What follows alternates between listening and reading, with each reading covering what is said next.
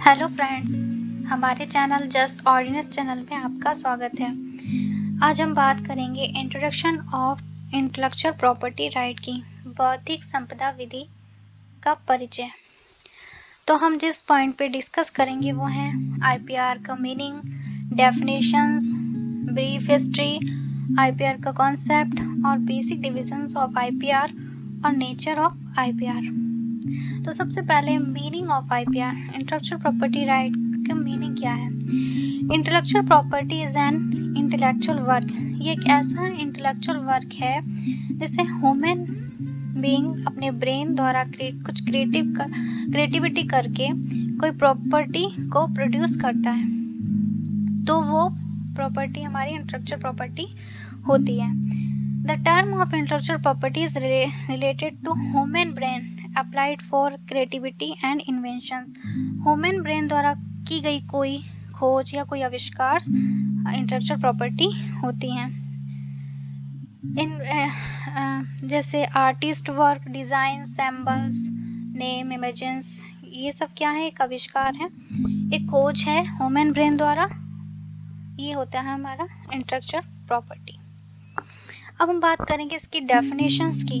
तो इसकी definitions article 28 में वाइपो के कन्वेंशन में दी गई है। इंटेलेक्चुअल प्रॉपर्टी क्या है और इसमें क्या इंक्लूड किए गए हैं, वो कौन से राइट हैं जो इसमें शामिल किए गए हैं। जैसे literary work, artist work, scientific work, ये सब ऐसे वर्क हैं जो इंटेलेक्चुअल प्रॉपर्टी होती हैं। कोई परफॉर्मेंस, जैसे कोई गीत है तो कोई और लिखता है इसको, कोई और उसको परफॉर्म कर रहा है, तो सबके अपने अपने राइट हैं। जो लिखता है, जो लेखक है, उसका अपना राइट है, जो परफॉर्म कर रहा है उसका अपना राइट है।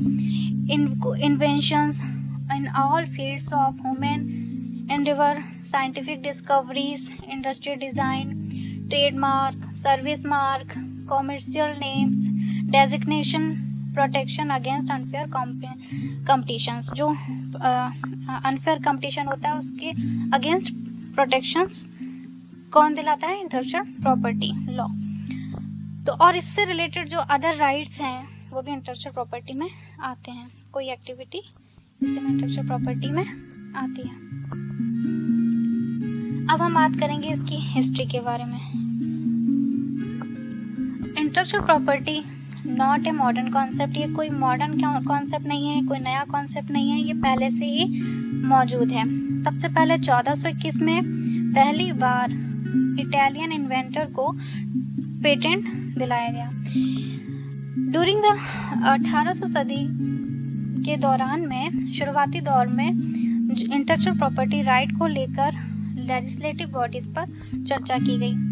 1883 में पेरिस कन्वेंशन हुआ और इस कन्वेंशन में इंटरनेशनल जुरिसडिक्शंस हुए, कई सुधार हुए इंटेलेक्चुअल प्रॉपर्टी को लेकर। और इसके बाद 1886 में बर्न कन्वेंशन हुआ और इस बर्न कन्वेंशन में एक रिटन एक्सप्रेशंस दिए गए इंटेलेक्चुअल प्रॉपर्टी को लेकर।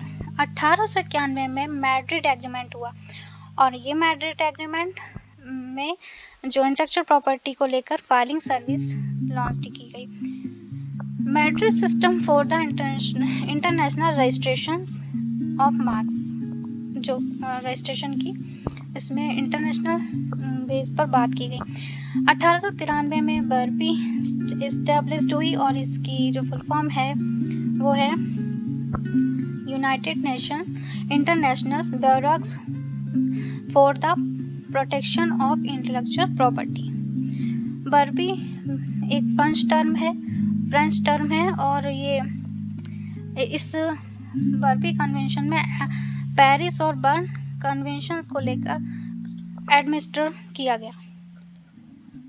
करने का काम किया गया। 1970 में जो बर्बी था वो वाइपो में बदल गया। जो वाइपो है उसका हेडक्वार्टर जेनेवा में है। 1974 में वाइपो ने यूनाइटेड नेशंस को ज्वाइन कर लिया। तो जैसे जैसे साइंस डेवलप हुई, हमारा समाज आगे बढ़ा, वैसे ही इंटेलेक्चुअल प्रॉपर्टी भी डेवलप होती गई। अब हम बात करेंगे कॉन्सेप्ट की। इंटेलेक्चुअल प्रॉपर्टी का कॉन्सेप्ट क्या है? Intellectual property is an intangible property. ये एक इंटेंजिबल प्रॉपर्टी है जो मानव मस्तिष्क के द्वारा निर्माण की जाती हैं। जो ह्यूमन ब्रेन है वो अपने माइंड से कोई कुछ क्रिएटिव करता है वो, और उस संपत्ति को हम क्या बोलेंगे? इंटेलेक्चुअल प्रॉपर्टी बोलेंगे। The owner of IPR has exclusive right. जो बौद्धिक संपदा विधि का जो स्वामी है, जो ओनर है, उसको एकमात्र अधिकार IPR पर होता है, अपने बौद्धिक अधिकारों पर होता है, और उसकी इस राइट को कोई भी उसके बिना परमिशन के इस्तेमाल नहीं कर सकता। तो इस संपत्ति का उसकी परमिशन के बिना कोई भी उसका यूज नहीं कर सकता। The law that protect the IPRs known as intellectual property law. Intellectual property को प्रोटेक्ट करने के लिए विधि बनाई गई है। जैसे हमारे भारत में कॉपीराइट एक्ट 1957 जो प्रोटेक्ट करता है कॉपीराइट को, पेटेंट एक्ट 1970 जो प्रोटेक्ट करता है इन्वेंटर्स के इन्वेंशंस को, और ट्रेडमार्क एक्ट 1999 जो प्रोटेक्ट करता है ट्रेडमार्क को। अब बात करेंगे basic divisions of IPR। IPR की क्या डिविजन्स हैं? तो 2 पार्ट में जनरली IPR को देखते हैं। पहला इंडस्ट्रियल प्रॉपर्टी, जिसमें patent, trademark, industrial design, plant varieties, geographical indications, trade secret और इंटीग्रेटेड सर्किट्स एसेट्रा इसमें शामिल हैं, जो इंडस्ट्रियल प्रॉपर्टी में आती हैं। फिर है कॉपीराइट में आता है original work, musical, literary work, dramatic work, artist work, computer program और साउंड रिकॉर्डिंग। तो ये इसके डिविजन्स हैं। अब हम बात करेंगे नेचर ऑफ IPR की। IPR का नेचर क्या है? तो intellectual property is of A intangible nature. इसका जो नेचर है वो कैसा है? इंटेंजिबल है। Intellectual property is of A incorporeal nature. ये एक अदृश्य और अभौतिक संपत्ति है। Intellectual property is a legal property which results from intellectual activity in the industrial, scientific and artist field। जो इंटेलेक्चुअल प्रॉपर्टी एक लीगल प्रॉपर्टी है जो इंडस्ट्रियल और जो साइंटिफिक है और आर्टिस्ट फील्ड से प्रोड्यूस होती है। इंटेलेक्चुअल प्रॉपर्टी जो है जो इसका जो ओनर होता है, उसकी जो रिसर्च है, उसका जो एक्सपीरियंस है, उसकी जो नॉलेज है, वो उससे सबको म्यूचुअल बेनिफिट होता है। Thank you so much.